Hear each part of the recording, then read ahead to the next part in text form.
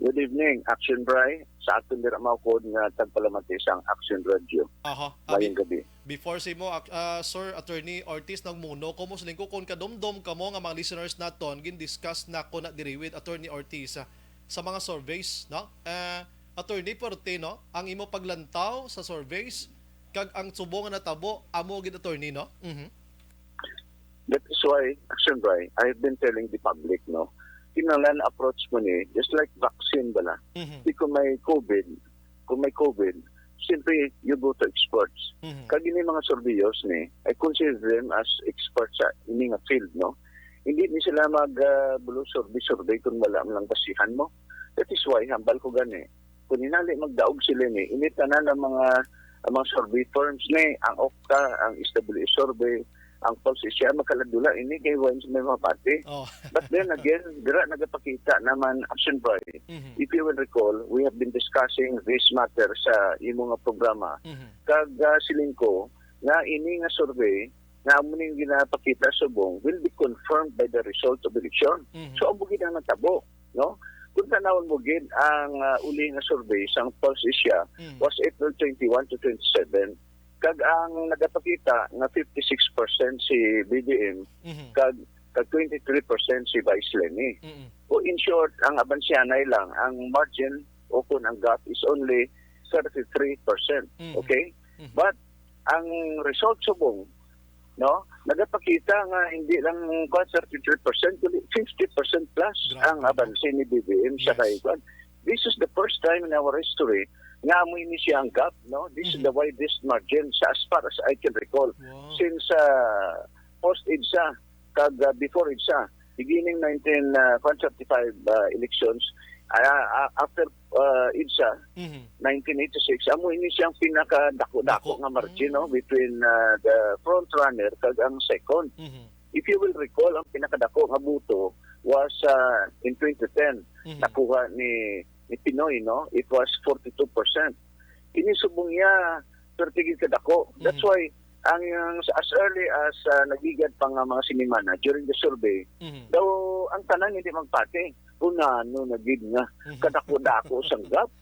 Amo na ni kaporsinto di na to silingi di pati kalayo-layo gid siya. Yes. That's why nobody will believe nga amo gina ang kalayo-layo. Now it is now confirmed by the result of the election. That is why gina-discuss na ng tanan, I have been telling the public na we should approach this sa intellectually ang pag-approach, hindi magbase sa aton emosyon. Kung kay Lenny ka, you should admit the fact nga kung abansig na survey si BBM, okay malang na ya. And that's the reason why even si Vice Lenny nagapati sang survey, it's because nga a week ago, si Vice Lenny nagapanghangkat na debate one-on-one against sa kay BBM. So in short, ang pagpadason sa survey, number 1 si BBM, second si Lenny, third at the time si Isko Moreno, kag bali statistical tie sila ni Manny Pacquiao because ang gap nila is only 2%. Meaning, kung ang survey, makita mo sa dalo mo nagasiling plus or minus 3%. Both silingon ka natuon ka sa 2 to 3%, bali statistical tie ka mo. Magambag na nga statistical tie, meaning, it's either ang isa na sila, amo ang malusot. Kung tanaw mo sa survey, nagagwa nga taas si Isko Moreno, kaya 8% siya, si Pacquiao 6% lang. Yes. However, kung magambag ka nga statistical tie, pwede nga si Manny Pacquiao mauna sang sa number 8 nga si Ormigo. So, amo ina ang natabo, no? Just like what happened sa naligan nga 2016, si Maruhas kag si Grace po, statistical tie. Kay kung tanawon mo gid amansi to si Grace po. Pero pag resulta na, nagamansi si Maruhas siya sa actual result. Pero kung mga kwan sila nga statistical tie, it is pwede nga ang dason pwede nga maunahan kay tungod ang ilang nga diferensya na ipot kay gamay-gamay kayo. That's why amo inang tabo iya kay Isko Moreno kag kay Manny Pacquiao plus the added fact nga sa naligan nga 2 weeks ago, no, sang April 6, nag-press con si Isko Moreno, amo to ang ginalanan sang iya nga Waterloo. Meaning nanaog siya because nga ginpakalain niya si Leni Robredo kag negative ang impact na sa publiko. Aha. So amo na ang na obvious is Isko Moreno imbes nga siya nagbulos si Manny Pacquiao. Aha. So that can be explained. Pero practically ang atong nga presidential perfect naman liwat ang survey both sa SWS kag falsi siya. Aha. Sunday. Okay. Subong or halin pa lang mismo kagabi, na-mention ko kay na attorney 10 minutes pa lang sa nag-start ang transmittal sang mga votes may naga-question na 10 minutes pa lang ang labaw ni Marcos tag 8 to 10 million na. So ga-question sila nga posible may ara na naman sang maniobra sa transmittal attorney or dinaya. Anong paglantaw mo di attorney?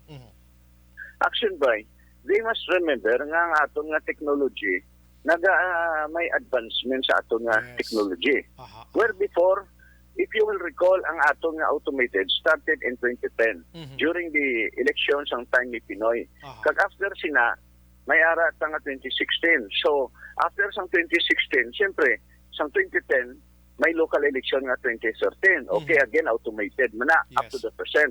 So, every 3 years, ang aton nga advancement sa aton nga technology, especially sa transmittal, gina-develop na iya sa aton mga pumilik. Hindi na siya stagnan nga. Ang problema to sa 2010, pag 2013, hindi mo siya pagfleksyonan. Pag abot naman sang 2016, during the time of mas hinahinay during the time of Duterte. Pero sa 2019, ina siya nga mga diferensya sa transmittal, yung koreksyonan sa 2019. Yan perfect na gidiya subong. So, hindi katingalahan na action bray na kung may diferensya sa naligad, you are always expecting na hinay ang transmittal, meaning na wala bala na sa improvement bala. If amo na ang mga thinking sina, so you become now stagnated ka. You become now ara ka sa ginatawag na stagnation because you do not adapt sa new technology. That is why ini ato na Comelec action bray. Ginatanaw man na nila as much as possible pinaka-speediest ka nga sa imo transmittal. That is why sa subong yala na compared to sa bali 2016 compared sa 2019 ang mga BCM nga sa una nagadiferensya ang transmittal nga sa una puti kadugay under the present subong eleksyon niya dasig na ya kayo. That's why ang kun imo nga thinking sa aton nga butante nga just because kadasig damay daya na dayon nga manipulated ang aton nga I think it's now high time that we should make our minds a little bit mature, no? Hindi nga sa kadagios lang gid butan ba din Malaysia. I think kun sala na siya daw siguro kung ang mamanipular siguro logic will tell you na kung i-manipulate mo na din man na padako-dako no ginabansin na hindi mo na lang adi pabansyon 5 million or 10 million para mapatihan pa. Pero subong yang abansi imagine mo double. Kung gin-manipulate na siya kundi hindi mo ngatagan sang sang panguna-una ang mga voters nga magmalisya sila nga abansihan gid ang imo nga kandidato sang 50% sobra pa. Hindi pala mo na. That's why inexplica na sa isa ka commissioner, no? Nga ang advancement sa transmittal na ang mga diferensya na-rectify na nila. Bag-o na nila ang ilang transmittal, nag-concentrate sila sa transmittal, agon nga dasig. The more nga dasig, the more nga hindi mo siya nga manipulate because kung natagan mo siya sang delay nga ginatawag imo transmittal, it is possible nga mamanipular pa sang ibanda nga mga tao da. But ini siya nga nagakatabo action by. Hindi lang niya ang transmittal nga dasig, hindi lang isa ka region, hindi lang isa ka probinsya, kundi practically all over the country. Correct. Imagine in 30 minutes practically 90% na dayon. So kung sining magmanipulate kita da action by, siguro daw medyo that's a big question. No? Ako I for one believe in the transmittal to nga initia it was a peaceful election. It was an election not marred by dishonesty o manipulation da except for some areas nga like Mindanao may jutay ang toward nga incidents da. But then if you ask about the sang aton nga siling manipulated ng aton nga computer, I think that's a big question nga I do not believe nga may kasubong sina. But of course, I do not also blame some people nga daw natingala ka pa yung aporte kadasig. Imbis tani nga natingala ka kay nakadugay man to na delay subong niya ang imo thinking niya ayaw mo na gini kadasig. But mo silingon ang Comelec amo nagilang na nga kung sang una hinay nagilang sa subong naghinay. I think open mind ka tani sa ginatawag na development sa aton nga digital system, sa aton advancement sa aton nga science, advancement sa aton nga technology. Action right? Yes, attorney. Palagas ko ni lastly because nga ako mismo na keyboard man kay na that BBM 100% next president of our country, but the Comelec naghingagaw pagyapon attorney to basura sang disqualification case. Anong ara da attorney? Against BBM. Actually, sa naligan, before sang actually sang election, action by, ara na actually. It's a matter na pirmahan nila o kung hindi na. So there was already a deliberation before the May 9 elections.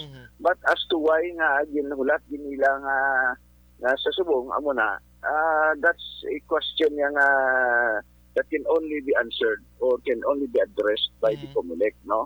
Kaya kung natagan mo naman sa Malaysia, purpose na kadako, it's either nga before, Maloka action by, kung nagpagwa sila before May 9, kundi mas grabe na gin ang pagbuto sa kay sa kay BBM, pabor sa kay BBM kung early.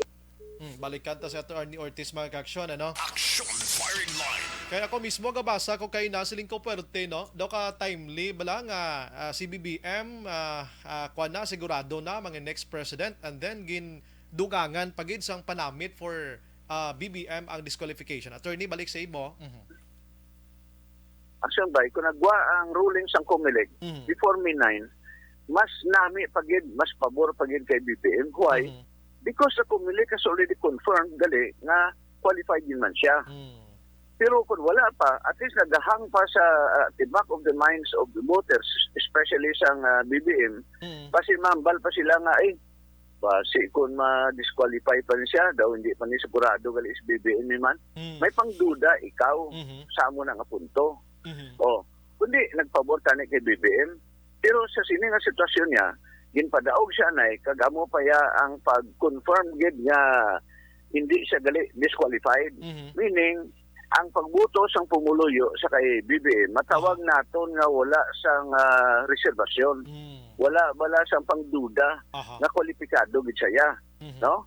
Kay kung kuan ka, kung may pangduda ka nimo di kuan may magbuto ni kay BBM ni kay base disqualified man lang siya, karon ginbuto mo sa gyapon kundi ang guaya sincero nang imo boto, rather than ginulat mo na yung ruling, kag once na confirm mo na nga si BBM gali qualified, that's the time na magbuto ka, nanigurista ka, amo na ang guaya sina action drive. So I do not see malice on why nga subong lang adlaw nagpagwa sila.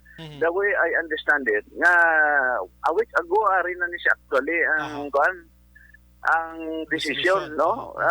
Actually, kung ako pinsin daw gani, 2 to 3 days ago na pirmahan na ni si Action Drive mo. Galing kay subong na lang nila ginpagwa. Pero this ruling, no, of course, malabutin ni sa Korte Suprema because may mag-question pa nada nga kung hindi pa siya final ang ruling sa Comelec, masaka ini sa Korte Suprema. Ang ibang tinga, okay, given naman na siguro na i-dismiss because una gid way matagatag Malaysia pero ina ang 7 na ka commissioners na dira all are Duterte appointed, okay? Duterte appointed na sila, way na sang lamod.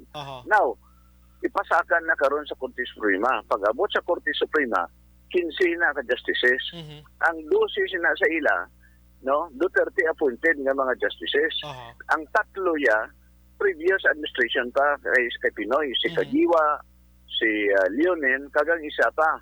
So, ang matabo sinada, question now, is it possible na dito sa Korte Suprema ma-disqualify si Bongbong Marcos? The answer is yes. The answer is yes. So, ang guaya sinada, it's why patakabalo. Because if you will recall, para may background ka mo, bisan si Grispo na siya, Grispo sa Comelec was disqualified. Okay? Want to run for president because the COMELEC said na kung nga founding siya, hindi ma-establishar ang iyang citizenship. But the Supreme Court, before sang eleksyon, sang naligan nga 2016, nag-confirm nga ini si Grace Poe, isa ka Filipino citizen. So, in short, it is possible nga ang ruling sa COMELEC will be reversed o kung ligwaton ini sang Korte Suprema. So we still do not know. It's anybody's game. Nga pag-abot sa Korte Suprema, i-declare ya karon si BBM nga disqualified tungod nga ang sang iya conviction dito sa Court of Appeals. Now, what will now be the scenario just in case nga si BBM will be declared as disqualified? Ang iya sinada, kung mo disqualified siya, no? Ang buto sang pumuluyo sa IADA will be stray vote. Bali stray votes to. Ang amo ni subong kinabuto na siya, na-confirm na sina, ang magwaya sina, kung mo disqualified siya after the election na. Question, mabakante karon ang after June 30, noon time, kung disqualified siya, kag mangin final lang yang desisyon sa Korte Suprema, before June 10 abi mangin final ang desisyon, ang matalo sina will be Sara Duterte mapungko bilang presidente. So, the office of the Vice President will now be vacant. Question, sino sina mabulos karon sa bakanting pwesto sa Vice President? Under the Constitution, ang mabulos sina sa iya, hindi kay ang nakagarner sang second highest number of votes, no? Na second sa kay Sara, si Pangilinan, Iko Pangilinan, hindi na siya pwede kabulos. Under the Constitution, kung sa amo na ka senaryo, ang mabulos na siya iya will be the Senate President. Okay? Senate President. Sa kaso yan sa Amerika, in case of vacancy sa Vice President, ang nagabulos sa iya, ang kanya, ang Speaker of the House sang Congress sang Amerika, ang House of Representatives. In that case, diriya sa pungsod Pilipinas, ang nabulo sinadaya, pagbakante sang Office of the Vice President will be the Senate President. Action, Brian? Yes, okay. At least naintindihan natin, attorney, no? Dason nga mga ginabi, attorney, ma-interview kita liwat sa imo. Because kadamo nga pon sa nagakakulbaan si BBM, basi bala ma-repeat atong mga naghilinabo before sa iya sini nga amay, pero next time ina attorney damo gid na kulbaan. Sige attorney, salamat sa imong serbisyo, mayong gabi kag mabuhay ka attorney. Thank you kag sa tanan, mayong gabi. Action Firing Line. Okay, no, aklarohon ko